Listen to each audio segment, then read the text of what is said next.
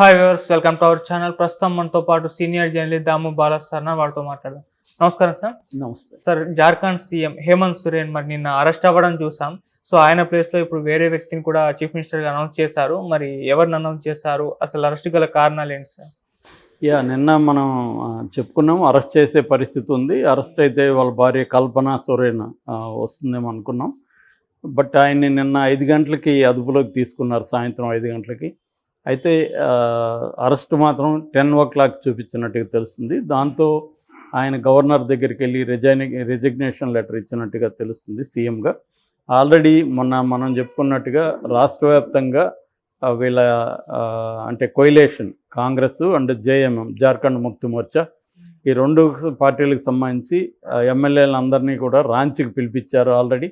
So వాళ్ళందరూ అక్కడే ఉన్నారు. వాళ్ళందరూ గవర్నర్ దగ్గరికి వెళ్ళి మాకు మెజారిటీ ఉంది కాబట్టి మమ్మల్ని ప్రభుత్వానికి ఆహ్వానించాలని అడుగుతున్నారు.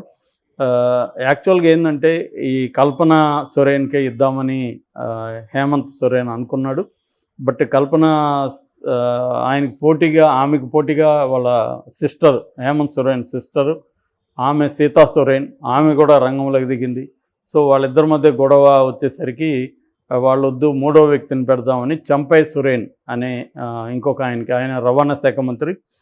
గతంలో ఈ హేమంత్ సోరెన్ వాళ్ళ ఫాదరు శిబు సోరెన్ జార్ఖండ్ ముక్తి మోర్చా పేరుతో పార్టీ పెట్టి, సో జార్ఖండ్ ప్రత్యేక రాష్ట్రంగా బీహార్ నుంచి విడిపోయిందనమాట జార్ఖండ్.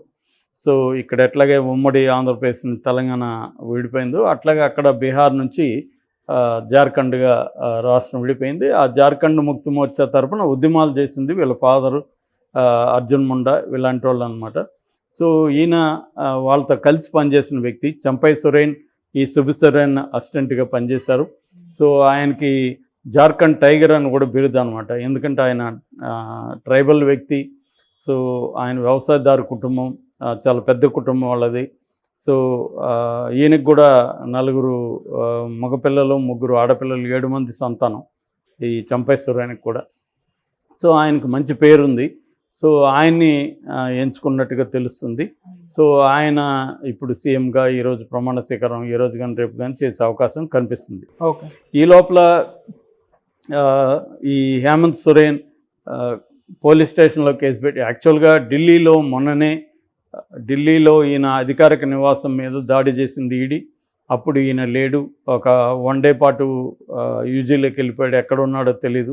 సో అక్కడ దాదాపు 12-13 గంటలు మొత్తం సోదాలు చేసి ఒక BMW SUV అండ్ 36 లక్షల డబ్బులు, కొన్ని డాక్యుమెంట్స్ని పట్టుకుపోయినారు. ఆ తర్వాత ఈయన చార్టర్డ్ ఫ్లైట్ ఢిల్లీ ఎయిర్పోర్ట్లో ఉంది. అక్కడికి వస్తే అరెస్ట్ చేద్దాం అన్నట్టు అక్కడ ఒక బ్యాచ్ కూర్చున్నారు వీళ్ళు. అందుకని ఈయన దాదాపు 1200 కిలోమీటర్ల ల్యాండ్ మార్గంలో ఢిల్లీ నుంచి రాంచీకి చేరుకున్నాడు. రాగానే వాళ్ళు ఇక్కడ ఒక బృందం వచ్చారు, వాళ్ళు ఆయన్ని ఇక్కడ అదుపులోకి తీసుకున్నారు. సో ఆయన రాగానే ఆయన కూడా ఈడీ మీద SC/ST కింద కేసు పెట్టాడు, అట్రాసిటీస్ యాక్ట్ కింద. సో తర్వాత హైకోర్టులో పిటిషన్ వేశాడు. బట్ హైకోర్టులో ఇమ్మీడియట్గా విత్డ్రా చేసుకొని సుప్రీంకోర్టులో ఈయన తరఫున కపిల్ సిబాల్ అండ్ అభిషేక్ సింఘ్వి వాళ్ళిద్దరూ అడ్వకేట్స్ వాళ్ళు కేసు పెట్టారు. అది రేపటికి ఫ్రైడేకి విచారణకి వస్తుంది. సో ఇది ఏం జరుగుతుందో చూడాలి. ఇక ఆయన మీద కేసు ఏంటంటే, ఇక్కడ రాంచీలో ఒక ల్యాండ్ మాఫియా రకరకాల పద్ధతుల్లో 100 కోట్ల విలువైన ల్యాండ్ని ఎవరెవరి దగ్గర నుంచో దొంగ పత్రాలు సృష్టించి రాయించుకొని తాము వేరే వాళ్ళకి అమ్మారనమాట. ఇవన్నీ నకిలీ స్టాంపులు, నకిలీ సంతకాలు, ఇవన్నీ చేసిన ఒక మాఫియా. ఆ మాఫియాకి ఈయన హెల్ప్ చేశాడనేది అభియోగం అనమాట. అది ఒక అభియోగం. రెండోది స్టోన్ మైనింగ్, షబీబ్గంజ్ అంటారు. షబీబ్గంజ్ అనే జిల్లా ఉంది. ఆ జిల్లాలో స్టోన్ మైనింగ్ని ఒక షెల్ కంపెనీకి ఇచ్చాడు. అంటే ఆ కంపెనీకి అంతకుముందు ఏ రకమైన అనుభవం లేదు. ఆ కంపెనీకి స్టోన్ మైనింగ్ని కట్టబెట్టాడు. ఆ షెల్ కంపెనీ ఈందే అని ఇంకొక 2వ అభియోగం. సో ఈ land mafia and mining mafia, ఈ 2 మాఫియాలతో ఈయన కొమ్మక్కయి అక్రమాలకి, అవినీతికి పాల్పడ్డాడు అనేది ఈడీ ప్రధానంగా ఆరోపణ. దీని మీద ఆయనకి PMLA చట్టం అంటారు, 2002లో వచ్చిన PMLA చట్టం. ఆ, ఈ ఈ PM prevention of money laundering act అనమాట, పిఎంఎల్ఏ అంటే. సో ఈ మనీ లాండరింగ్ యాక్ట్ అనేది వెరీ వెరీ పవర్ఫుల్ యాక్ట్. దీని కింద బెయిల్ అంత ఈజీగా రాదు.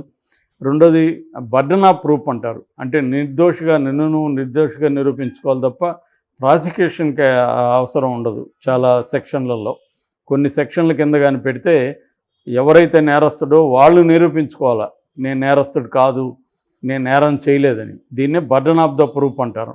మామూలుగా అయితే మన మీద ఒక నేరం ఆరోపిస్తే నేరం మోపితే ఆ ఇన్వెస్టిగేటివ్ ఏజెన్సీ ఆ నేరాన్ని నిరూపించాలి. ఓకే. కానీ ఇటువంటి సెక్షన్ల కింద ఇటువంటి చట్టాల్లో ఏంటంటే ఎవరైతే నేరం ఆరోపించబడి ఉంటారో వాళ్ళే నేను నేరం చేయలేదురా బాబు అని వీళ్ళు నిరూపించుకోవాల్సి ఉంటుంది. ఇది మోస్ట్ డేంజరస్. సో ఈ చట్టానికి వ్యతిరేకంగా తిరుగుబాట్లు చేస్తున్నారు కానీ అవేం ఫలించట్లేదు. బీజేపీ ప్రభుత్వం ఈ చట్టాన్ని ఉపయోగించి ప్రతిపక్షాలని దారుణంగా వేధిస్తుందని ఇప్పుడు కొత్తగా ఖర్గే అండ్ రాహుల్ కూడా ట్వీట్లు చేశారు. ఖర్గే అయితే బీజేపీలో చేరితే వాషింగ్ మిషన్లో చేరినట్టు క్లీన్ అయిపోతావు, నీకేమి ఎంత మురుకున్నా క్లీన్ అయిపోతుంది, బీజేపీలో ఏ పార్టీ చేరినా లేకపోతే ఏ వ్యక్తులు చేరినా వాళ్ళ మీద జోలికి రారు, ప్రతిపక్షాల్లో ఉంటే మాత్రం మొత్తం బురదంతా ప్రతిపక్షాల నాయకులకే ఉంటుంది. సో ఆ బురద ఉన్నవాడు కూడా దాంట్లో చేరితే మళ్ళీ వాషింగ్ మిషన్లోకి వెళ్ళిపోతాడు. ఇది ఫెడరలిజానికే ఘోరమైన నష్టం జరుగుతుంది అనేది ఖర్గే కూడా విమర్శిస్తున్నాడు. రాహుల్ గాంధీ కూడా తీవ్రంగా ఖండించాడు. సో బీజేపీ ప్రభుత్వం ఎప్పటి నుంచో ప్రతిపక్షాలని వేధిస్తూ ఈ పిఎంఎల్ఏ ముఖ్యంగా ఈడీ ఇదేంటంటే మనీ లాండరింగ్ అంటే వేగ్గా ఉంటుంది, దాంట్లో ఏం ఆధారాలు ఏం ఉండాల్సిన అవసరం లే, అదేదో కుంభకోణం జరిగిందని చెప్తున్నారు. దానికి సంబంధించి కొంతమందిని ఆల్రెడీ అరెస్టులు చేశారు. ఇప్పుడు మన చంద్రబాబు మీద కేసులు పెట్టారు కదా, దానికి ఏమైనా ఆధారాలు కనబడ్డాయా? అలాగే ఇది కూడా అంటే మనీ వచ్చింది కానీ ఏమీ లేదు, ఏం ప్రూఫ్స్ లేవు. సో కొంతమందిని అరెస్టులు చేసి సీఎంని ఇరికిచ్చేశారు. అంటే వీళ్ళ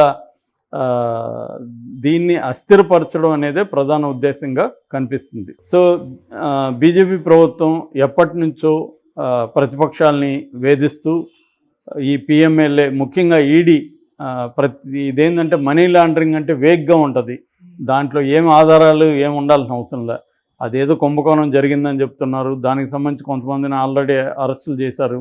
ఇప్పుడు మన చంద్రబాబు మీద కేసులు పెట్టారు కదా, దానికి ఏమైనా ఆధారాలు కనబడ్డాయా? అలాగే ఇది కూడా అంటే మనీ వచ్చింది కానీ ఏమీ లేదు, ఏం ప్రూఫ్స్ లేవు. సో కొంతమందిని అరెస్టులు చేసి సీఎంని ఇరికిచ్చేశారు. అంటే వీళ్ళ దీన్ని అస్థిరపరచడం అనేదే ప్రధాన ఉద్దేశంగా కనిపిస్తుంది.